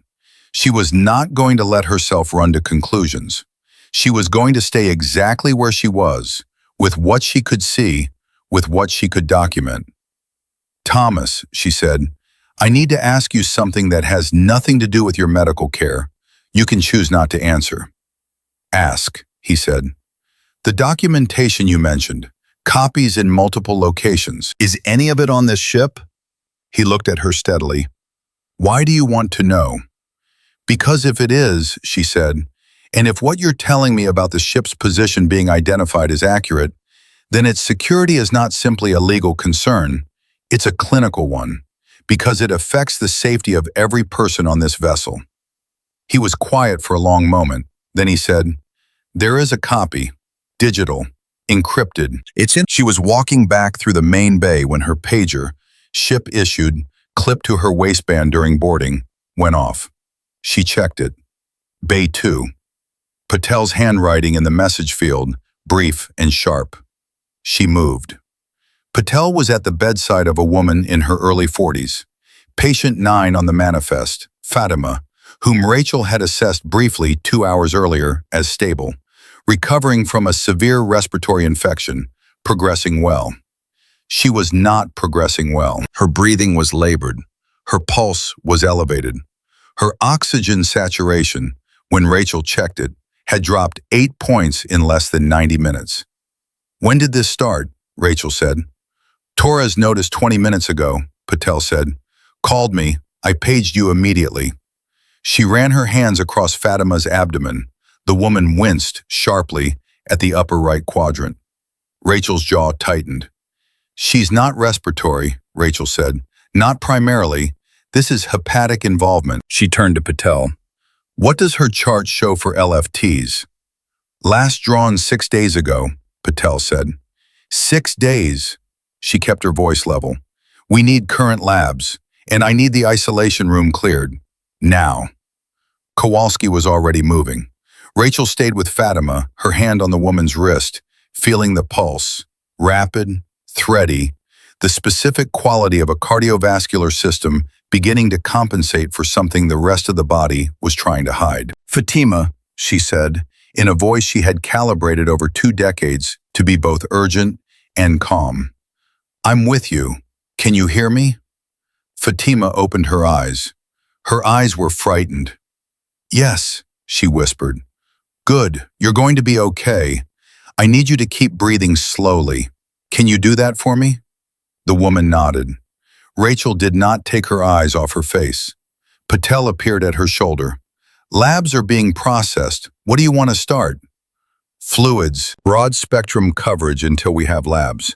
And I want her LFT trend from the original admission. All of it. Who drew them on day 1? Patel checked. "Marsh," he said.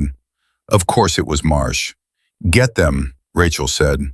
She did not say anything else. 40 minutes. That was how long it took to stabilize Fatima enough that Rachel felt safe stepping back and letting Kowalski monitor while she reviewed the labs that had come back. 40 minutes of controlled, fast, coordinated work. Herself and Patel and Kowalski moving in the specific synchrony that only happens between people who are operating at the edge of their capacity and have decided, wordlessly, to trust each other. White was in the corner of the room during the stabilization, watching, not helping, not unhelpfully, just watching, taking no initiative, asking no questions, present but not present in the way you needed someone to be present in a crisis. She filed it. She said nothing. When Fatima was stable and Kowalski had her, Rachel pulled the original lab results from admission. She spread them across the table in the clinical office. She looked at them next to today's results. The pattern was there, clear as anything she had ever read in 30 years of clinical work. Fatima's liver function had been abnormal on day 1. Not dramatically, not in a way that screamed emergency, but trending in a direction that warranted monitoring and a very specific follow-up protocol. The kind of follow-up that would have caught the current deterioration days ago and prevented it from becoming a crisis. The follow-up protocol had not been initiated. The order for it appeared in the chart, in Marsh's handwriting, and next to it a second notation, also in Marsh's handwriting, dated 2 days later, canceling the follow-up. The stated reason was clinical improvement. Fatima had not shown any clinical improvement indicators at that date. Rachel checked. Nothing in the chart supported that notation. She sat back in her chair. 3 things were now sitting in the room with her. The pattern in the logs she had identified on the transport, the conversation with Thomas about Amara, and now this, a documented chart-level decision to cancel necessary monitoring for a patient whose liver function was already compromised. She was not running to conclusions. But she was no longer looking for a ghost. She pulled out her legal pad. She added tonight's findings. She dated and timed every entry. She was building something methodical and airtight, the way she had been trained to document, the way 22 years of knowing that charts were legal documents had made her instinctively careful. When she finished, she folded the pages and put them in her tote bag, not in the briefing kit, in her personal bag, in the pocket where she'd once kept the spare compression socks and the granola bar. She was about to stand when Torres knocked on the glass. She waved him in. He came in and closed the door behind him. He was 23, she now remembered from the manifest. 2 years of Navy corpsman training and field experience that she hadn't yet fully mapped. He didn't sit. He stood with his hands at his sides and looked at her with those watchful, careful eyes. "I need to tell you something," he said. "Then tell me," Rachel said. He glanced at the glass door, at the bay beyond it, at Patel's back, visible at Fatima's bedside. "The night Amara died," Torres said. His voice was very controlled. "I was on shift. I documented what I observed in my corpsman's log." He paused. "Those observations are not in her official chart." Rachel looked at him. "Who has access to your corpsman's log?" she said. "Anyone with medical bay clearance," he said. "But the log is mine. I keep a personal copy. Always have." He reached into his breast pocket and produced a folded piece of paper, small, creased from being in his pocket for a long time. "I kept this because I didn't know who to give it to. I didn't know who to trust." He placed it on the table in front of her. "I think I know now." She looked at the paper on the table between them. She thought about Edwin Carpenter in the dark, grabbing her wrist, about Gloria's face in the lobby, about Harris on the rooftop calling her name with the weight of someone who had been looking for the right person for a very long time. She picked up the paper. She unfolded it. And what Torres had written on that page, in the careful, precise handwriting of a young man who had known, the night it happened, that what he was seeing mattered and had written it down exactly as he saw it, was the piece that made everything else complete. Rachel looked up at him. "You've been carrying this for 3 weeks, she said. "Yes, ma'am," he said. "You did the right thing," she said. "Tonight and 3 weeks ago." He nodded once. His face was very young, his eyes were not. He left. Rachel sat alone in the clinical office with Torres's page and 6 pages of her own notes and the full, clear weight of what she now knew. She looked at the clock on the wall. 21:40 hours. She had been on this ship for 7 hours and 40 minutes. She reached into her tote bag. She found the blue journal, the one with the names of the dead. She opened it to the last page with writing, and she added a name. Amara. She closed the journal. She picked up the ship's phone and dialed the extension for Harris's quarters. He answered on the first ring. "I need to see you," she said. "Tonight." "How soon?" he said. "Now," she said. There was a pause. "I'll come to you," he said. She hung up. She opened Torres's page again and read it one more time, all the way through, making sure she had every detail fixed in her memory, making sure that what she believed she was reading was what the words actually said. It was. She put it with her notes. She was still sitting in the clinical office, the bay visible through the glass, Kowalski's steady attention on Fatima, Patel writing up his notes at the far station, the ship humming its constant low pulse beneath her feet, when she became aware of something she had not noticed before. White was gone. His station was empty. His notes were unfinished on the keyboard. His coffee mug was still there. She stood. She looked at the bay doors, both sets. She looked at the clock. He had been there 30 minutes ago. She picked up the ship's phone again. She paged Carver. "White," she said when he answered. "Jerome White, Petty Officer 2nd Class Medical Team. I need to know where he is on this ship right now." Carver's voice went flat and professional. "Hold." 45 seconds. "Ms. Adams," Carver said, and his voice carried something she had learned to recognize as the sound of a very controlled person delivering very bad news. White's ID card was used to access the communications room 6 minutes ago. The communications room, where the ship's external transmission systems were. Rachel stood very still for exactly one breath. "Lock it down," she said. Carver's voice came back in under 10 seconds. "Room is sealed. White is inside. He doesn't know yet." "Keep it that way," Rachel said. "Don't let him transmit anything else. Can you tell if he already sent something?" A pause. Longer this time. "We're checking the transmission log now." Rachel was already moving. She came out of the clinical office into the main bay. Patel looked up from his station, reading her face immediately. "Stay with Fatima," she said. "Do not leave her. Do not let anyone into this bay who doesn't have medical clearance. And if anyone comes without it, you page me directly. Understood?" Patel stood. "Rachel, what's happening?" "I don't know the full shape of it yet," she said honestly, "which is why I need you to hold this room." He nodded once. No argument, no hesitation. She had known him for 7 hours and she already trusted him completely. Not because of his credentials, but because of the way he'd looked at her across Thomas's bed and said, "I'm glad you're here," and meant every syllable. She moved into the corridor. Harris met her at the intersection outside the medical bay. He was in his uniform jacket, not fully dressed. He'd clearly come fast. Carver was a half step behind him. "White accessed the communications room at 21:52, Carver said, before Rachel could speak. He transmitted a compressed data packet on an encrypted civilian frequency at 21:54. 40 seconds of transmission. We don't have the decryption key." Harris looked at Rachel. 40 seconds, Rachel said. "What can you send in 40 seconds?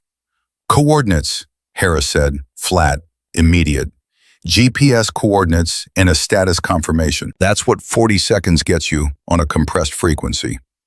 The word settled over all three of them like something cold. "He told them where we are," Rachel said. "And that the ship is active," Harris said, "which means whoever is receiving that signal now knows exactly where to find us."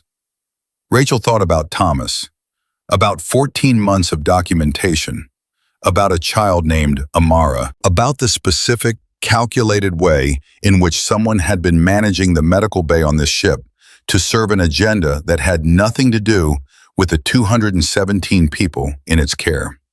She thought about how long White had been aboard. 5 weeks, the manifest said. 2 weeks before the mission parameters changed. 2 weeks before Thomas came on board.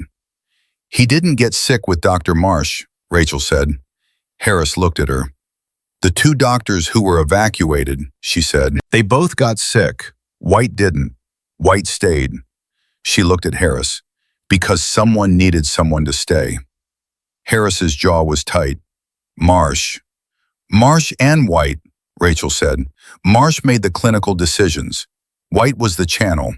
When Marsh got pulled, whether she was actually sick or whether that was managed, I don't know yet, and it doesn't matter right now.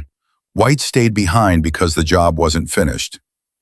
"The job being what?" Carver said. "Keeping Thomas manageable," Rachel said. "Keeping his care at a level that maintained his cooperation without allowing him to get strong enough to be transferred off the ship. Keeping the documentation accessible. And now," she stopped. "Now telling someone exactly where we are." Harris looked at Carver. Something passed between them.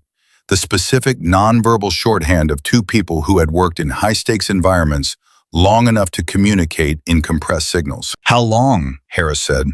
Carver understood the question without elaboration. "If they're moving on the transmission and they have assets in this region, we're looking at 4 to 6 hours. Maybe less if they had something already positioned." 4 hours. Rachel looked at the clock on the corridor wall. 2,200 hours. She ran the math. Between 2 and 6 in the morning, a ship carrying 217 patients, including a man with 14 months of evidence of war crimes, would be findable, reachable, by people who had demonstrated through their management of Amara's care and Fatima's lab results and Thomas's medication that they were not squeamish about the tools they used. "I need to see White," Rachel said. Both men looked at her. "I'm the clinical lead on this vessel," she said. "Petty Officer White is a member of my medical team. I have professional standing to speak to him that neither of you have right now without triggering a formal security process that will take time we don't have." She held Harris's gaze. "Let me talk to him first."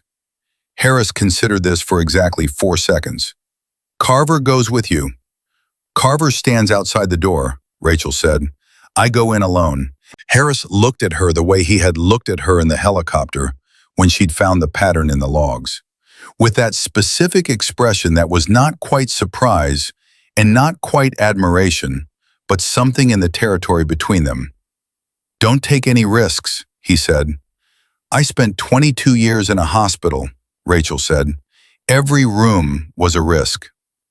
The communications room was 2 corridors forward and 1 level up.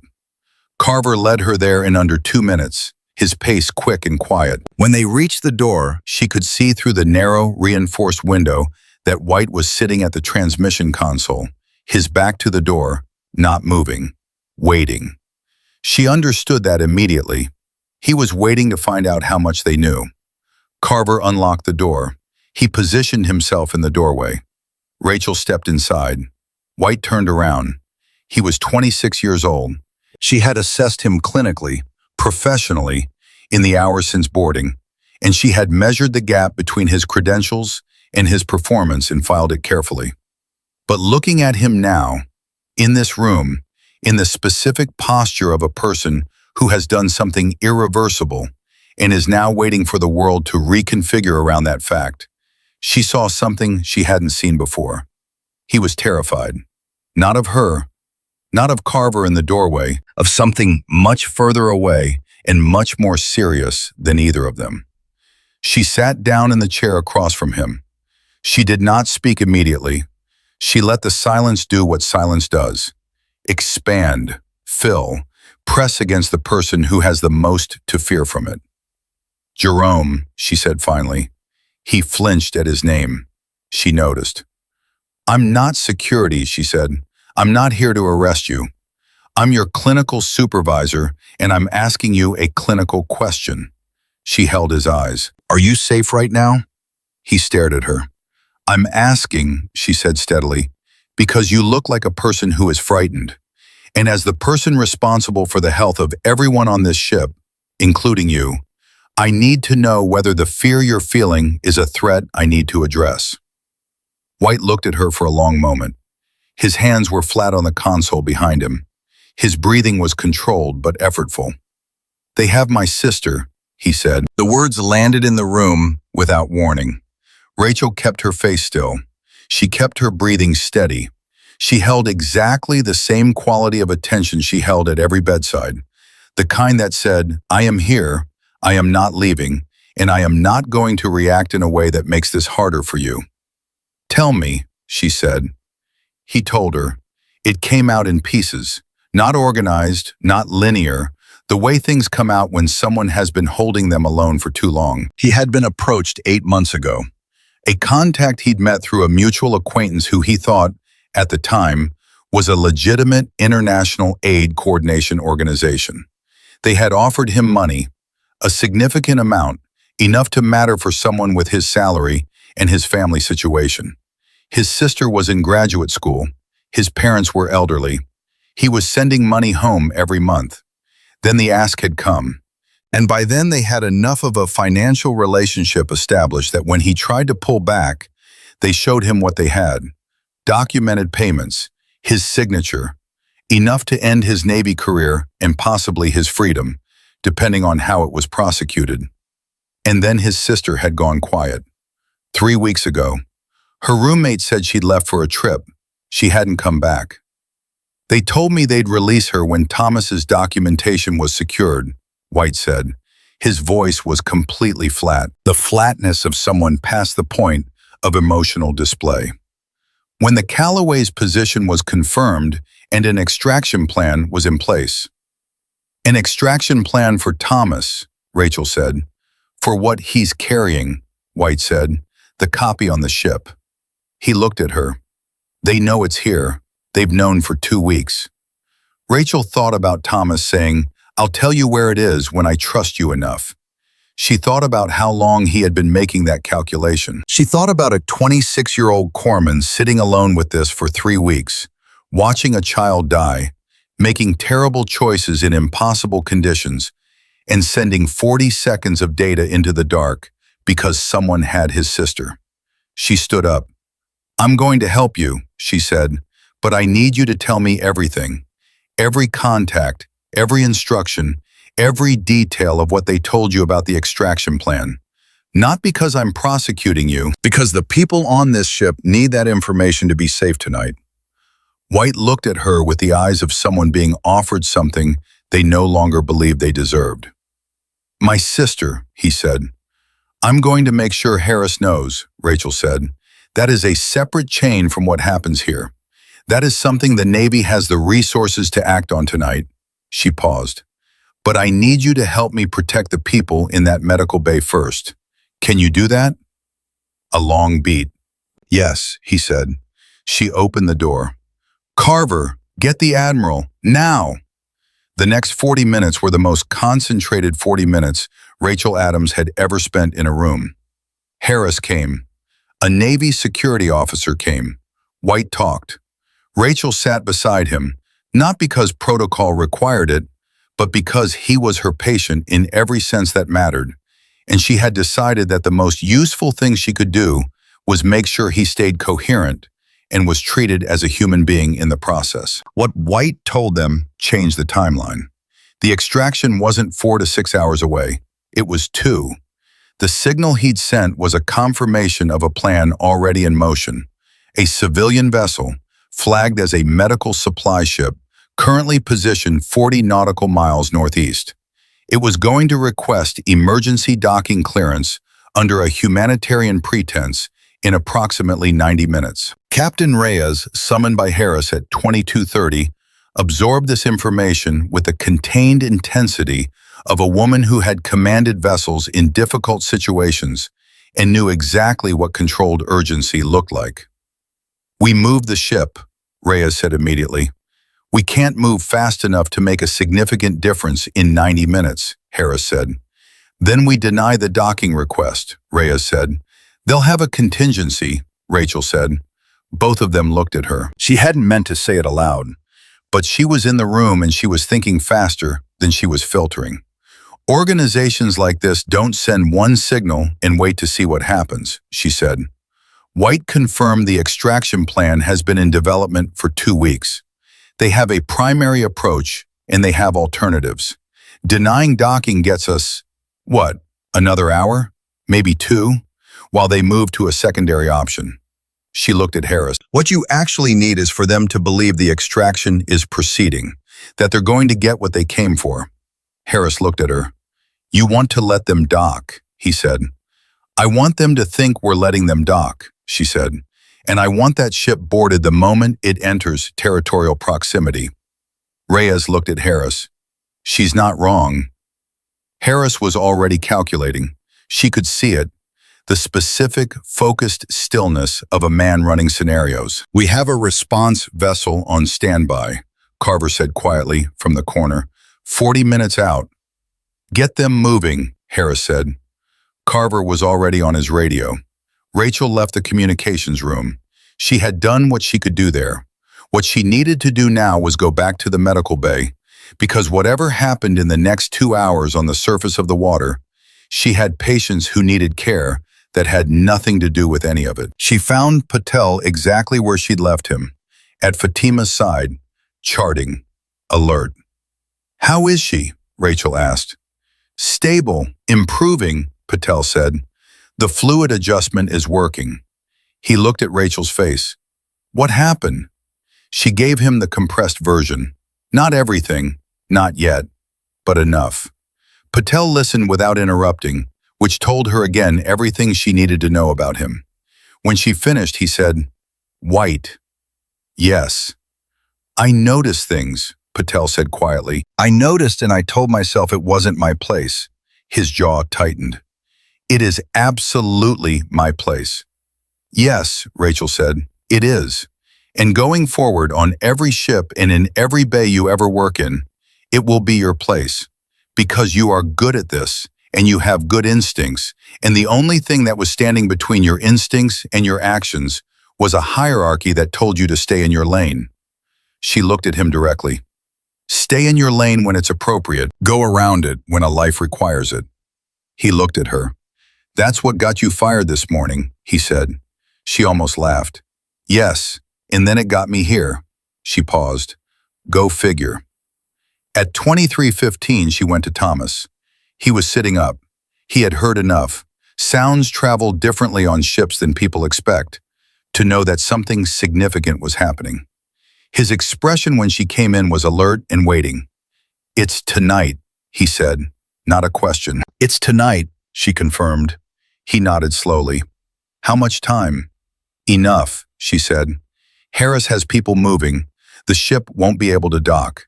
She paused. White sent the coordinates. Thomas closed his eyes briefly. Open them. He's young, he said. They have his sister, Rachel said. Thomas absorbed this the way he seemed to absorb everything, with a stillness that was not detachment, but the opposite of detachment. The stillness of someone who had sat with terrible things long enough to stop being destroyed by each new iteration of them. The documentation, Rachel said. He looked at her.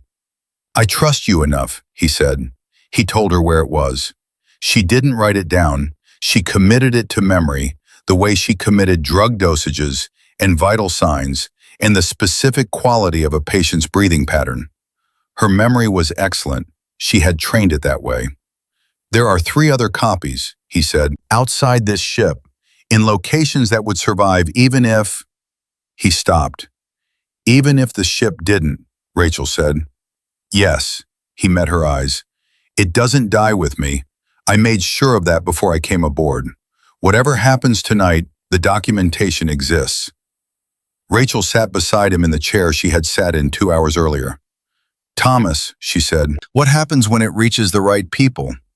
He looked at his hands for a moment, the hands of a man who had spent 14 months writing down what he saw in a region where no one was supposed to be watching.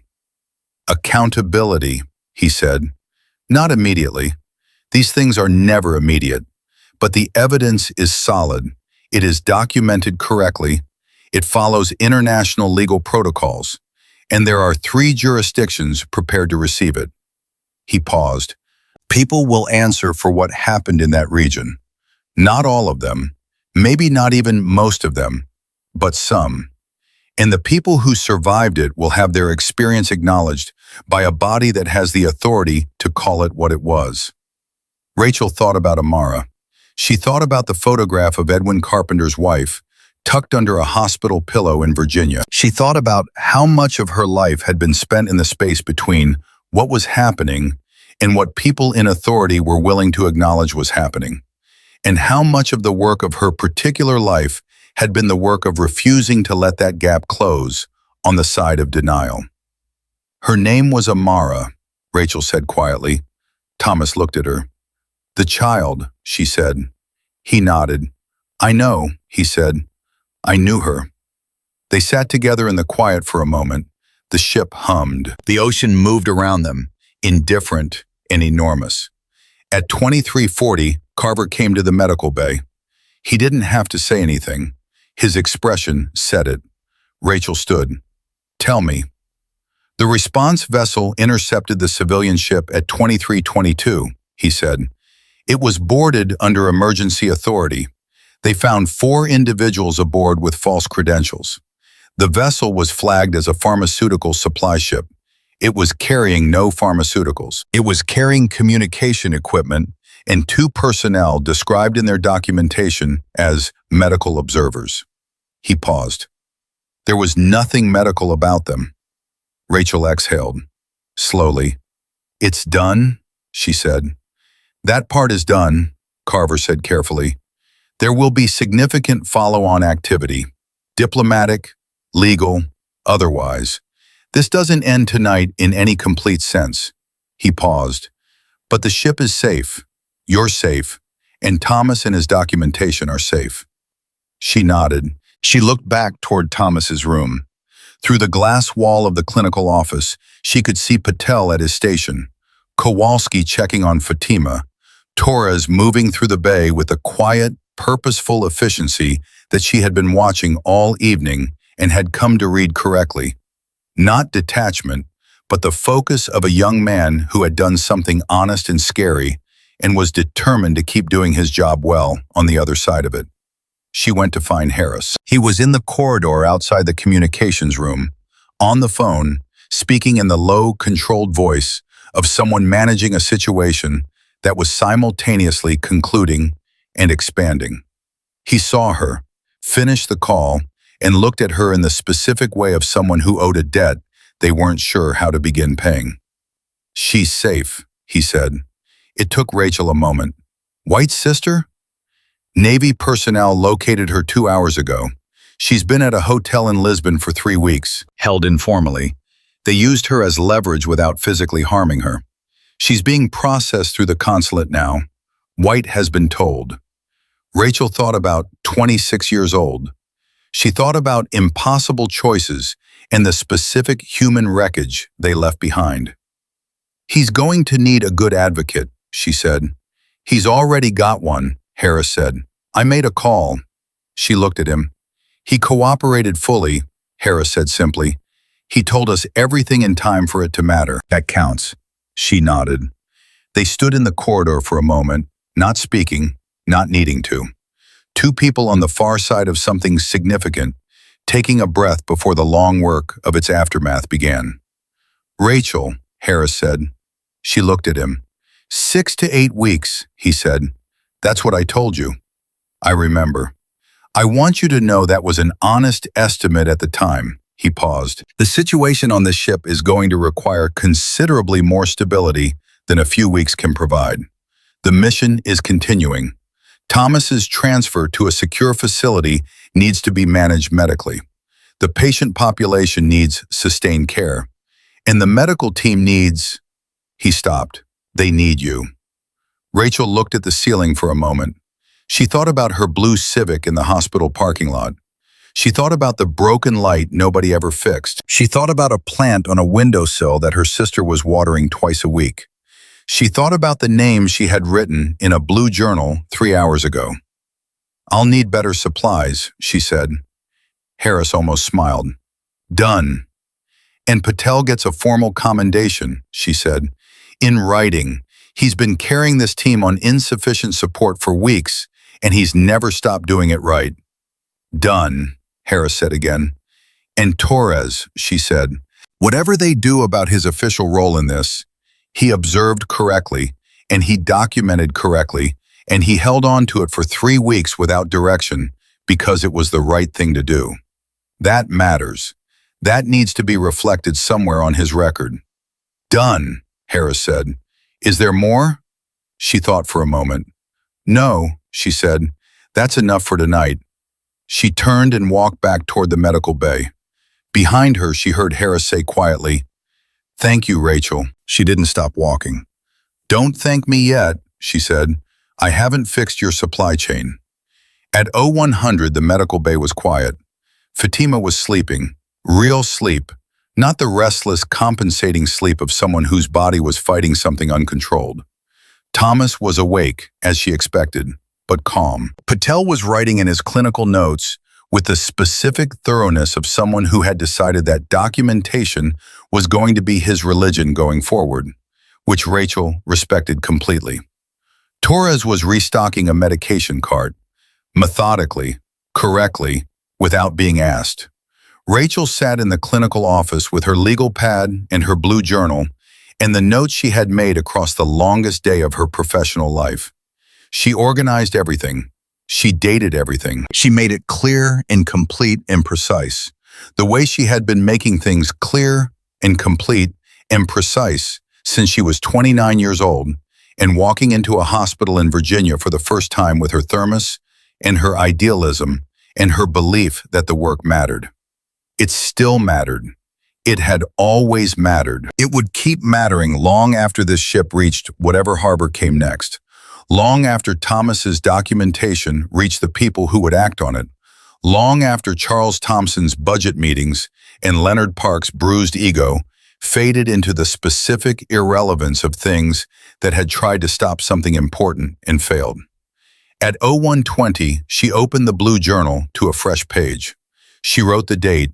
She wrote the ship's name. She wrote the names of her team: Patel, Kowalski, Torres.